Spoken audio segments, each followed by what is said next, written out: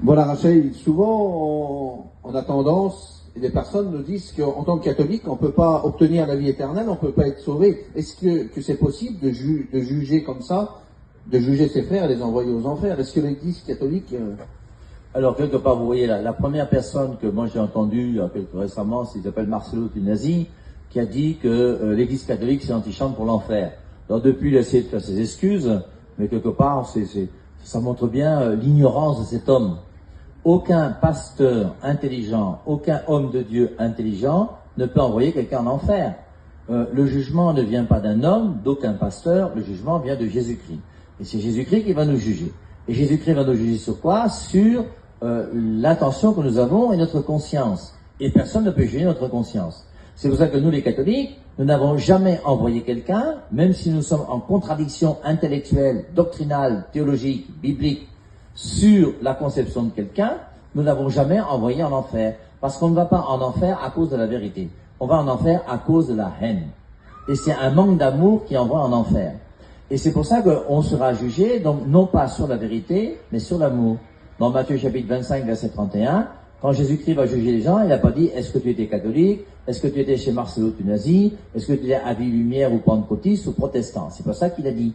Il a dit « J'ai eu faim, vous m'avez donné à manger. » Maintenant, quelle que soit la doctrine dans laquelle nous sommes, quelle que soit l'Église qui est la nôtre, l'important c'est que chacun puisse penser que là où il est dans la vérité.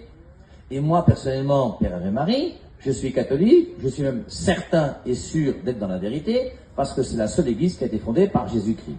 Et c'est nous qui avons autorité sur la Bible. Et tous les autres, malheureusement, sont dans l'erreur. Mais même s'ils sont dans l'erreur, tu ne peux pas les envoyer en enfer.